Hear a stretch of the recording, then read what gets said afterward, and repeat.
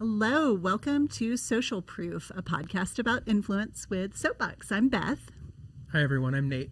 and we are so excited to have Michiel Perry with us today. Hey, Michelle.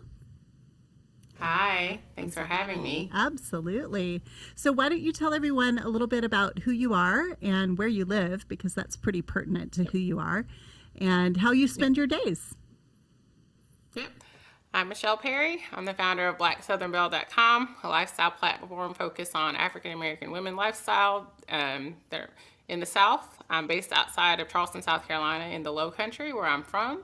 I live in an old historic home, and I spend a good chunk of my day chasing two little babies, a 2-year-old and a 1-year-old. But when I'm not doing that, I work on brand campaigns with tourism associations, Fortune 500 companies, new home developments, talking to press, write for magazines and other outlets, and kind of whatever Bethany and many other people tell me to do fills up my day.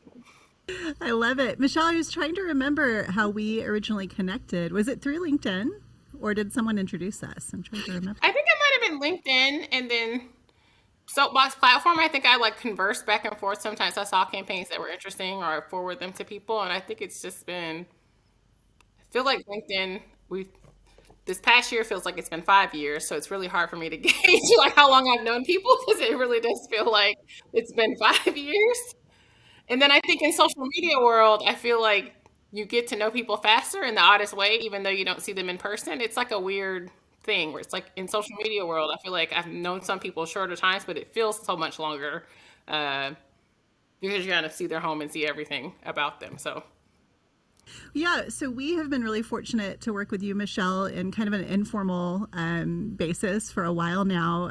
One of the things I love about you is that you're so personable and so well connected and have such a brain for influencer marketing. So it's going to be really fun to dive in with you today. But before you did this, you had a background in the corporate world. Can you talk about that a little bit? yep. In a former life, I worked at Google and did government affairs and public affairs, and even participated in planning the YouTube influencer party, but it wasn't called the YouTube influencer party at the time because that wasn't a word. So it's kind of full circle. So I did that, worked on like intellectual property and tax and immigration law and many things that are really interesting. But I did get to work with creators and working on laws that, affect what they do in the advertising space. So I was in advertising, but not in advertising because obviously Google is advertising at the end, at the end of the day. And then I worked for a startup after that doing fashion marketing and ran the influencer and blogger program and then got the bug to run Black Southern Belle. I love that. So talk a little bit about Black Southern Belle. I think one of the things that I found so appealing is not only I share that love of old homes and of Southern culture, but you have really honed in on your heritage, your connection to the Low Country, on Gullah art. I would love for you to talk about that a little bit. Yeah, so I was decorating my first home in Maryland, where I was living at the time, and planning my wedding outside of Charleston. And I was looking for lifestyle inspiration that was Black and Southern, because I'm always Black, I'm always Southern. And I was going to the Southern outlets and not seeing African American culture, and going to the African American outlets and not seeing the Southern culture. So I started it from there. And, my background is living in the Low Country. We have a very specific type of African American culture called Gullah culture. It's very coastal, very vibrant, very colorful. And that's what I was raised in. I grew up with a family of hog farmers, longshoremen, outdoor, but very formal, very raised in the church, AME church. And that's what drives me with Black Southern Belle. Do a lot of lifestyle stuff, but it's very much focused on the history and heritage. So I do entertaining stories and do, stories that are very lifestyle, but also like it has to have a history, it has to have a connection beyond just the piece. So I'm actually kind of one of the rare bloggers who doesn't call out too many brands in what I showcase because it's more so about the history and the heritage. So if I'm working with a brand and really specifically talking about what they do, it has to have a very direct connection because I'm not typically, I don't follow any trends. I like what I like from my history and heritage. I never really had anything trendy. In my home, I may have some things that may be on trend right now because that's just on trend, but I don't have any of those types of things. I love antique shopping, and that's part of how I grew up. And I grew up, traveling and going to different parts of the South with my dad because he was so tired of traveling after being in the Navy that he only wanted to do day trips. So we couldn't get him on a cruise. We couldn't get him on anything after being in the Navy. He's like, if it can't happen in a day or two, we're probably not going. So we got to explore all types of small towns in the South. So I'm like, now with the pandemic, I'm very used to just going to the next small town, and I love showcasing the small towns. Which I think also is why I learned more about you guys, because I was doing work with Arkansas Tourism. So got to even do like a trail of the Arkansas Delta. And so that's really fun for me. And I'm definitely a small town girl, even though I've lived in the big city. No matter what I do, in DC, came all the way back home to decorate everything in my home, from the small artists that I know, and now live in a town with only 5,000 people still. I didn't realize that. I mean, I knew you were kind of on the outskirts there. Okay, I have one more question, and I promise I will let Nate cut in. I always do this to him. But yeah, you were talking at the beginning, as we were setting up for the podcast, about, don't mind my leftover Mardi Gras decor in the background. And then you were talking just now as well about, I think you're such a good example of someone who has really niched down. And, so often I think influencers and creators feel like they kind of have to be all things to all people, and they've got to incorporate fashion and lifestyle and food and recipes. And I love that you love what you love, and you know what you like, and you know your style, and you just stick with that, and you don't feel that urge to fluctuate. So how did you get there?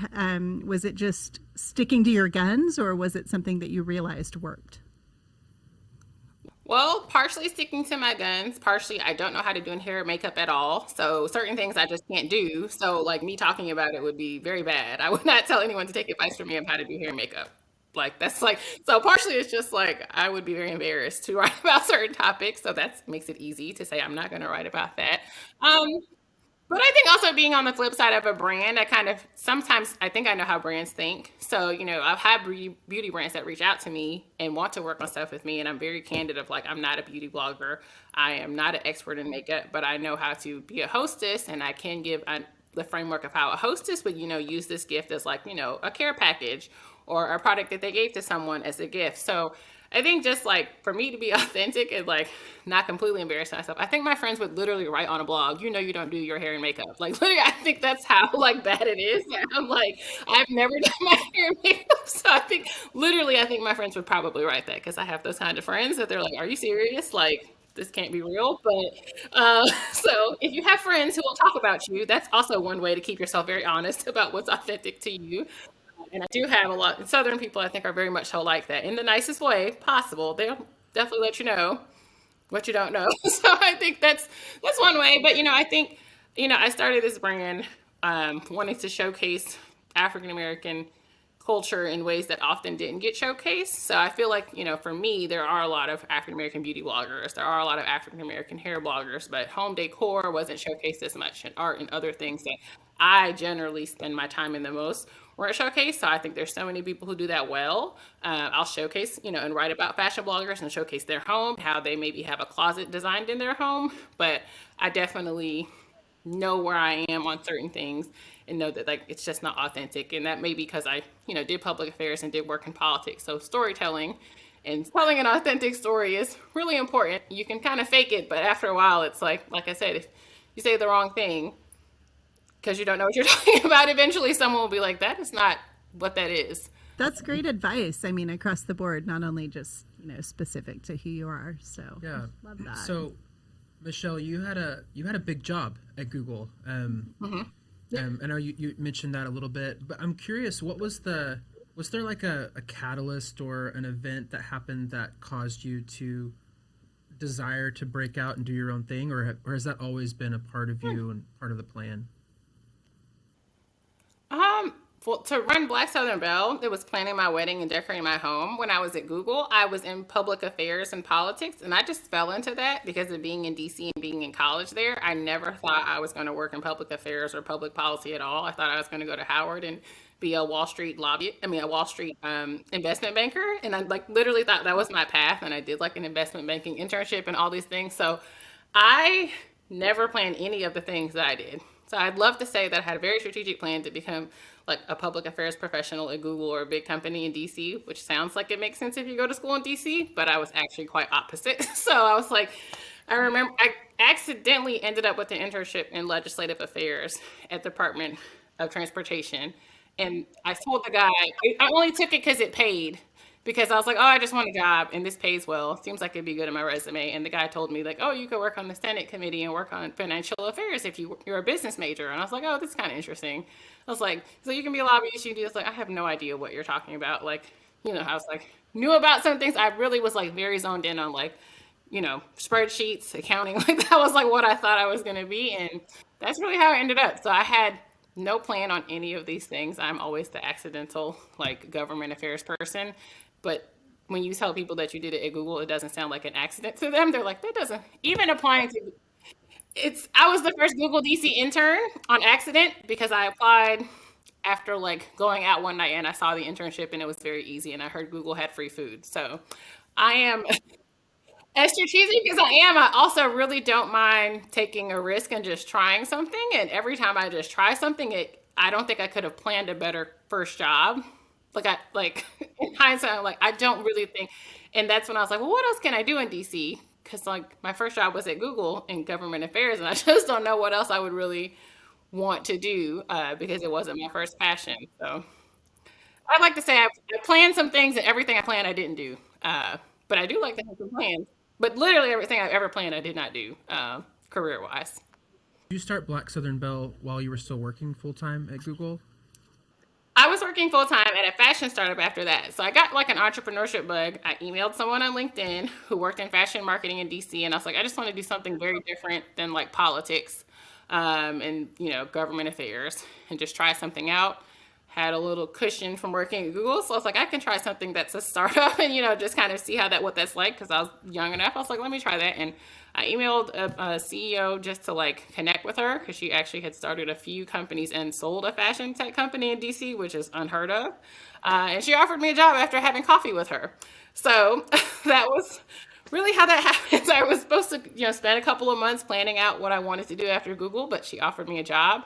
I talked to my boss at the time who had like a regret of life of not going to a startup that ended up everybody else that was his friend that went to the startup getting a lot of money after the IPO. So he was like, just try it because you can always come back to a big company. We're not going anywhere, the big companies. But like getting on a rocket ship doesn't happen. That didn't happen there, but I ended up getting the entrepreneurship bug and deciding to do this. And I told my husband, I'm just going to do this full time. And if it doesn't work out, if only my best friends read it after the first month, I'll go back and find a regular job. So I was like, I just kind of knew I wanted to experiment. I am a risk taker, but I'm like very calculated about it. I'm like, okay, I'm young enough. I bought my home. I've done certain things. So now I'm like, let me see if I can do this now because I won't do it later. But I'm glad I did it. But again, never thought I'd be an entrepreneur. At the most, I thought maybe I was going to open a lobbying shop or a public affairs shop after and just have like clients from the friends that I knew, which is still being an entrepreneur, but certainly like has a little bit more of a built-in base of like runway of starting a business versus like hoping a brand finds you and likes your following and that people like what you've decided to make, which is a lot harder.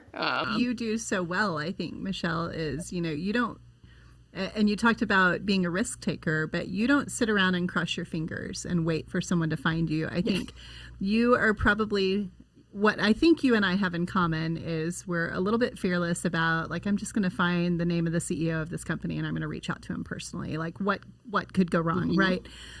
So talk about that a little bit, because I think so many influencers and creators who are starting to find their way, don't necessarily come with a public policy, public affairs background and an understanding of how to kind of, I would say, work the system and to put themselves out there. So can you talk about that a little bit? Yeah, I mean, from when I was at a brand, we were always trying to find what's going to be the new hot thing. Even in politics, it's like, what's the next like nonprofit group or the next advocacy group or the next movement that we should be like a part of? And I knew that brands always are like, very forward thinking.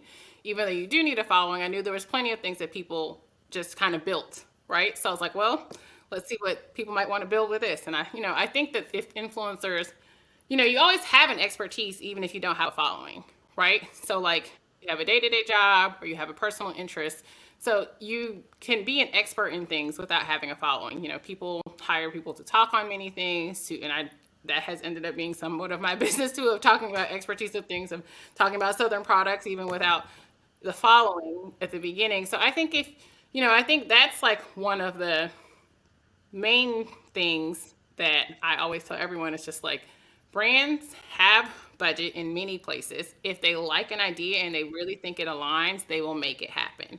Um, and if they don't make it happen, it's probably not going to be a brand fit anyway or a partnership fit. And you really want to work with brands that you can work with them long term. And I'm proud to say I think I have about a 90% attrition rate with brand partnerships.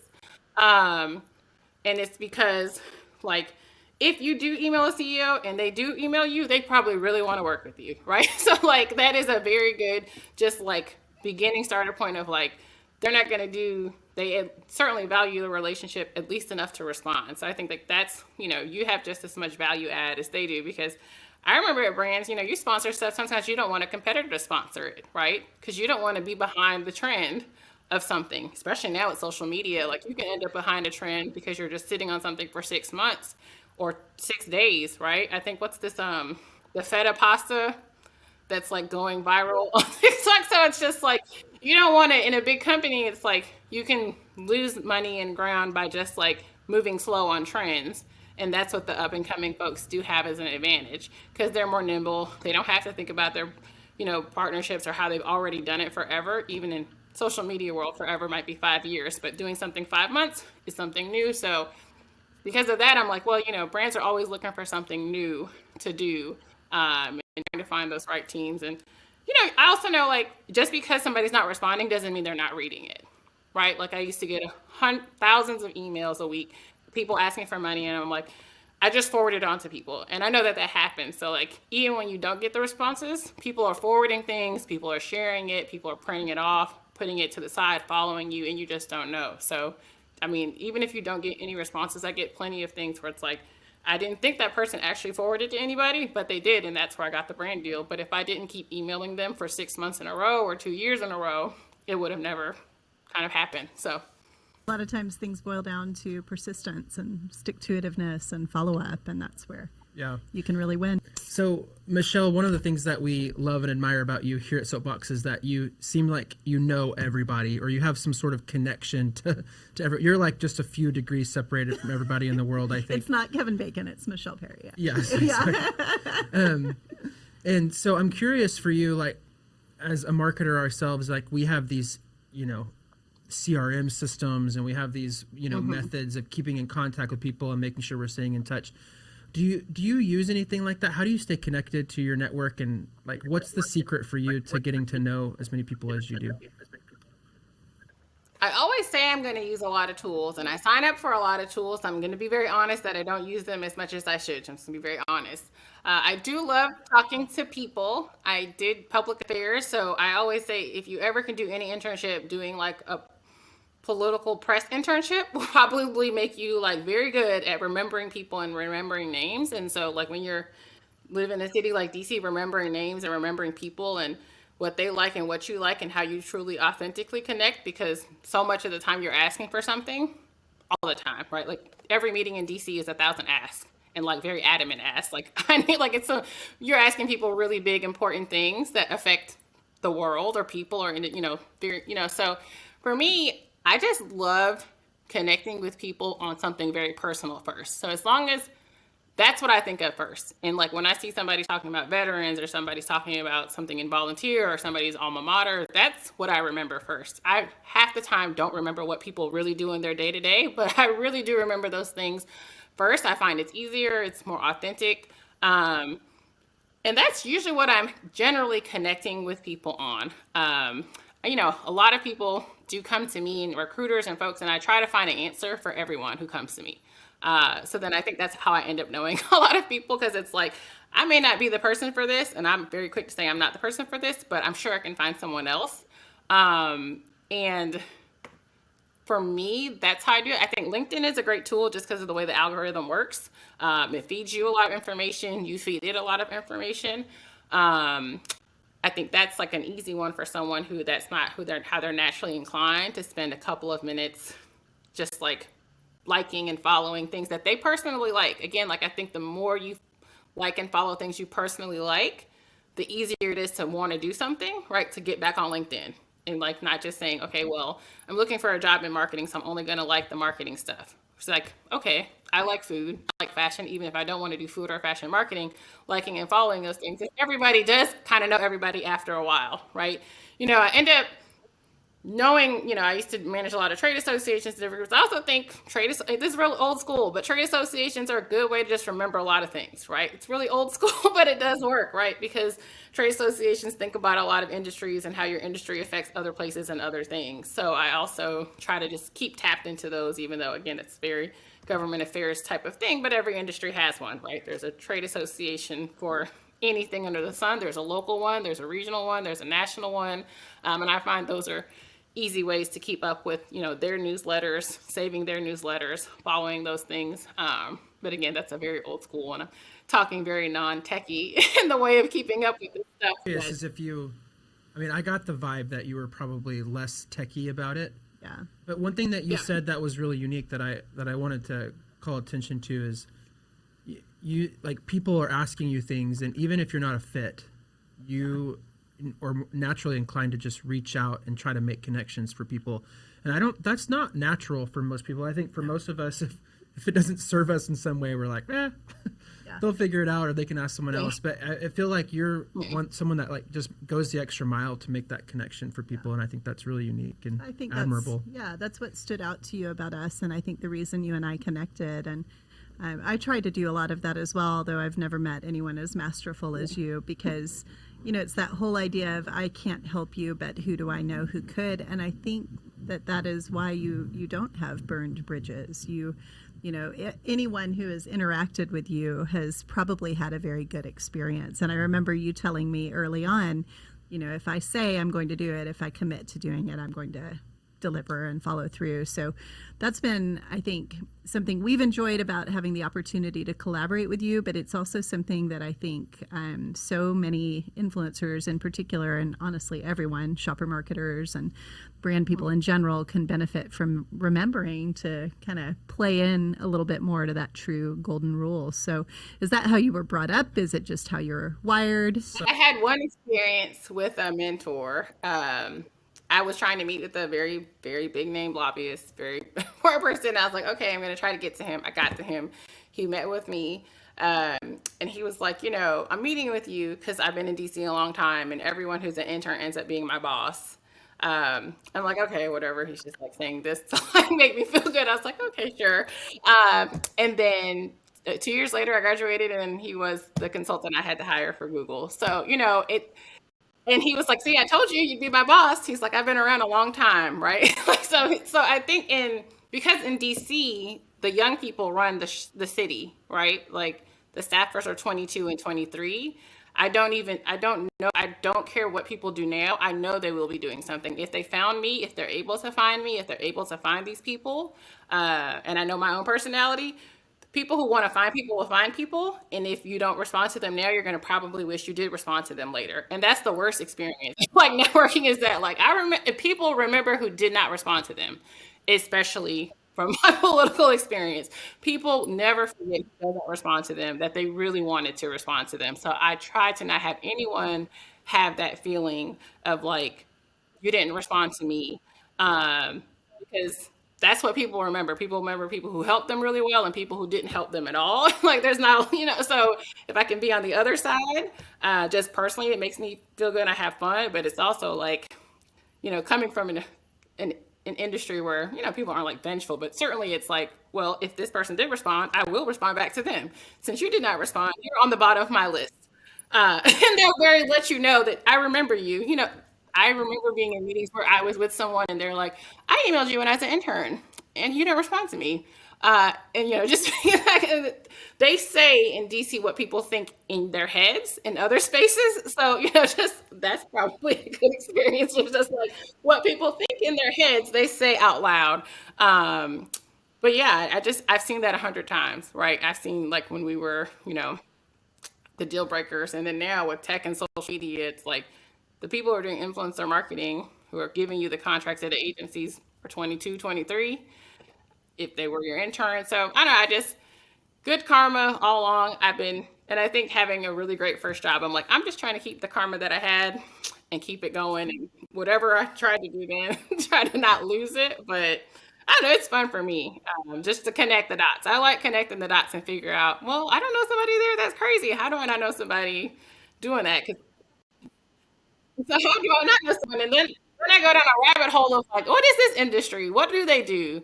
What is the association? So I go down a long rabbit hole, and that's probably also maybe how I remember. I go down a whole rabbit hole of signing up for all these newsletters of things that I have nothing to do. Like I'm signed up to like land association newsletters because I got kind of obsessed with like people purchasing land, but that affects my tourism groups.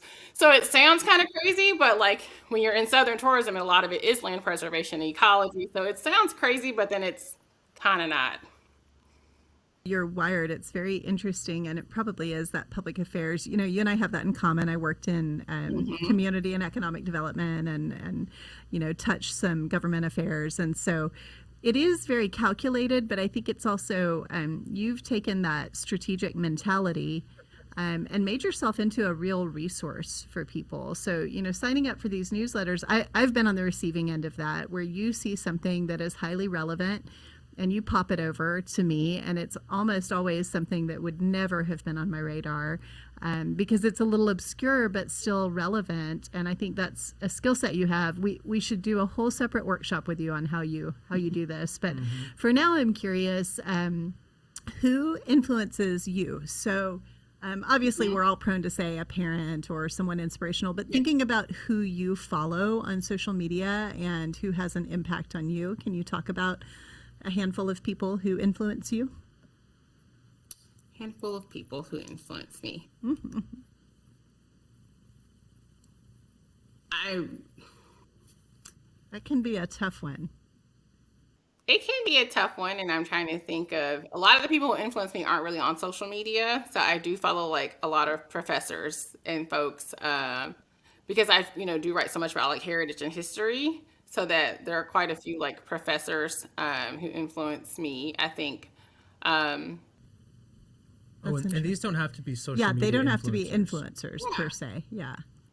And I'm always gonna say, and I do love trade associations. That was like part of the work that I did at Google, and I think that they allowed me to be able to change careers just by reading like their newsletters. Again, this is very old school, but a lot of times people come to me saying, how can I change a career? How can I do something completely different? How can I learn about a space without being in a space? I'm in a small town, so I can't get, before COVID especially, I couldn't get to New York or DC or LA or what's going on in like the big hip cities. We don't even have a ton of Fortune 500. We don't have any Fortune 500 companies actually headquartered here. We have tourism, farming, and still mostly small farming. We don't have like big commercial farms too much in South Carolina, like say like Texas or even Arkansas. We have much more smaller concentrated farms. So I think joining those types of groups, they certainly influence me. I think my local neighbors are probably what influence me the most. They actually keep me abreast because because of my public policy background, be very in the clouds about things and not like in the weeds of like how people think about an issue on a day-to-day basis, like how I view it. I'm like, that's not polar. Everyone is talking about politics in a normal. And so like for my world, I'm like, and I do have to keep my certain LinkedIn's like separate because it's like my friends are in politics. So they've always talked politics and I don't see it as, polar. I have friends who think completely opposite of me. So I think I have a neighbor who's very into like all of the association rules of our town and the historic society. I live on Church Street next to 5 churches.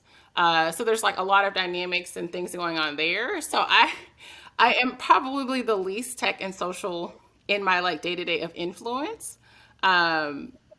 But that's because I really am in a little bubble in my small town. And I really like that because I am so in the world of talking to people all the time. But in my day-to-day life, I'm literally in Walterboro going to my farmer's market, shopping from my local farmers. It's really like, so I live 2 vastly different lives. I don't think my neighbors even know what I do. They see like a photo shoot. They're like, okay, she's doing something kind of random. But then they're just like, are you coming to to the meeting about, I don't know, the what rules we have on the fences that we have in our town. So that's probably. I'm curious about that because that's such an interesting juxtaposition between that kind of small town living and going to the farmers market, and then inside your home, you're talking with literally CEOs, CMOs. It's so interesting to me. So talk to us a little bit about your typical day. What is there a typical day, and what does that look like for you? Well, I spent all night with my daughter waking up.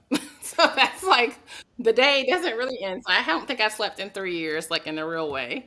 But I start the day. I do pick up my phone. That's not the best habit, but I go through all my emails. I try to pop some frozen biscuits in the air fryer as best as I can. So that's like not, that's my little hack. I'm like, they're really good though. The air fryer makes those frozen biscuits quite delicious. Or I go to, I know everybody goes to the air fryer for like healthy stuff, but of course in the South, I'm putting biscuits in the air fryer. But they are absolutely delicious and it cooks in like 10 minutes. So just saying. Or I go to the gas station because I am the queen of gas station food as well. So that is also my other claim to fame. In our town, we have very delicious gas station food, like pineapple cobbler. Like it's really insane. It's very good. So I do that, and then kids go between me and my husband, and then I just like scrolling through LinkedIn hashtags. I have hashtags I follow on like Instagram. Then I'm just pulling through all my newsletters and like flagging things for content ideas that I think are interesting. And then I just start going through and trying to make my like checklist for today. I am again very strategic and then very all over the place. I'm like the most type A all over the place person that I think like my husband's like you are all over the place but very very type A. I just have all the ideas and then I try to figure out how to get them done through other people or me as quickly as possible. So if I have an idea, like I was on the phone with somebody earlier, I wanted to do licensing with home products. This person was a former CMO and licensing person at a brand in High Point. So I went straight to her. I was like, how do I do this? What do I need to do? She's like, make together this brandlet, and that's what I'm going to do. So that's like, if I come up with an idea, I'm like, who is the person? And I think that's my former DC, who's the decision maker? How does this happen? How can this happen fast? That's how it works. So I'm always trying to do a lot of stuff, but I'm very keen to figuring out exactly who makes the decision to get that done as best as I can. So that's how it does. You joke a little bit, but there were some really good hacks and pro tips in there. Yeah, so definitely. That's funny. So tell us, one of the things we like to do is talk about kind of our closing questions. And there's two of them. They can sound similar. So yep. The first one is, what are you consuming? And for me, that means like something you're binge watching, a podcast you're devouring, a book you're reading, a series. And then the other question is, what's something that you're so into right now? So a lot of times for me, that's a thing. Like this is the water bottle that I know and love, and I'm obsessed with it. It goes everywhere with me. So what are you consuming, and what are you so into right now? And we make ourselves answer these as well. So yeah, the PBS app I'm consuming a lot. I love the PBS app. It's really great streaming, really kid friendly. So that's all like very good. I have a documentary obsession, and so now my YouTube algorithm's all over the place because my kids watch Pokemon, so it doesn't give me like the best stuff in the back end anymore.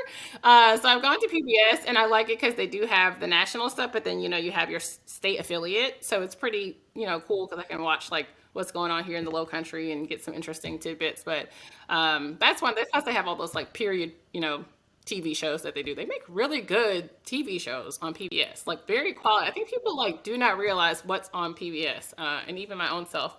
They have like really good foodie shows, and even their YouTube channel, aside from the app, has really good content. So that's one that I'm consuming and binging a ton. And then what am I into? I'm always into very overpriced beverages that are not alcoholic. Oh, same. Yeah, that's Nate. So talk to us. Like, What's a thing? I can spend so much money in the like odd drink section. Me and my husband both like it's embarrassing to think about how much money we spend on like whatever new drink has come to be at the grocery store. I think in my small town, they have a section just for me because I'm the person buying all of the pressed whatever weird things. So that's like a bad habit to start. So I don't suggest that to anyone. But I think that We were talking about that aisle today. we were. Yeah. Yeah. It's oh, it's addicting.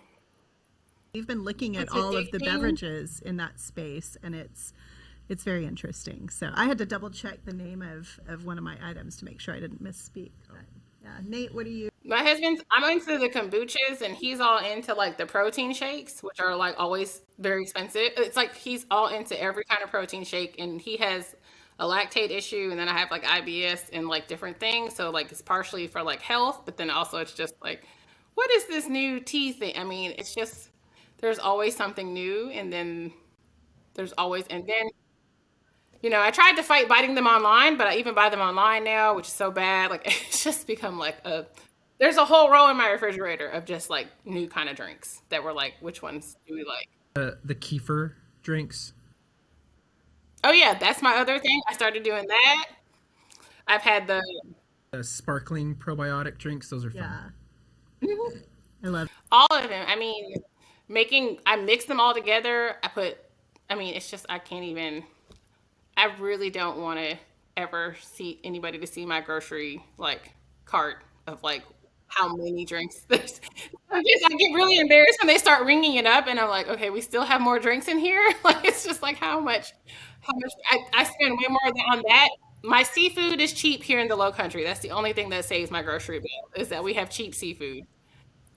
So that helps because our shrimp is like $4.99 a pound, or you just get it free from somebody. We're gonna come see you when this is all over. Yeah. All right, Nate, what are you consuming and what are you Okay, so so into? I told Beth today that I was in a bit of a book drought. I usually love to read and listen to books, but right now I have been consuming TV. Yeah. That's my healthy choice for the month. There's a couple of shows that I've been into. For All Mankind on Apple Plus TV. It's about it's about NASA, the early days of NASA, and like what if we had lost the space race. Yeah. That was really interesting, does very sound intriguing interesting. storyline. And then something that I'm so into right now. What am I into right Oh, I don't know. I don't want to answer this for you. Should I come back? I do know that like my family, we've been like very nerdy at night and have been filling out Sudoku puzzles. That's what I was gonna say for you. Like we'll like hurry and So eat dinner into so it. that we can print out Sudoku and just work on them, and then we'll have competitions with my 10-year-old and my wife who can finish first. And Yeah. That's a really pretty cool. cheesy. That's a great brain exercise, though. I love it. yeah, it's fun. That's so fun. Okay, so for me, what I'm consuming, I'm really late to the party, but we've just started watching, and I always have a book, so I'm kind of with you on this right now. I'm between books, and I've started watching The Queen's Gambit, and I was prepared to dislike it, I think because the title, I thought it was sort of like royal. I didn't understand. I mean, I knew it was about chess, but I didn't understand that was just the actual configuration, the move in chess. So it's really good and really compelling. So enjoying that. And then in terms of something I'm so into right now, this is pretty nerdy, but I've been pretty focused on health and wellness and working out for the last couple of months, and I've gotten into this kind of series of exercises. It's this Scottish like trainer, and it's all plyometrics. And it's like isometric exercises, so you're not using anything but yourself. You're like cantilevering your own body, and it is so hard. I mean, just to do a 10 or a 15-minute one of these is exhausting, and you're like sweating, and you haven't even done anything like haven't cardio. heard about this. It's really interesting stuff. I'm going to send you one. The first 10-minute one I did, I thought I would die. I thought I would not survive those 10 Looking minutes. forward to that. So yeah, coming at you. Can't wait. Yeah, I know you're excited. Well, Michelle, we always love talking to you. Every time Nate and I get on the phone with you or others on the team, it's just this really fun whirlwind, and today was no exception, but other people got to eavesdrop, so I love that. Thank you so much for joining us. Having me. No problem. Thanks for having me. For sure, and we'll link to all the goodness of Black Southern Belle and all of the neat things you're doing in the show notes, so can't wait for people to discover more about what you're doing. Thanks again, Michelle. Thanks, Michelle. It was a pleasure. Thank you. It's Pleasure too. Bye.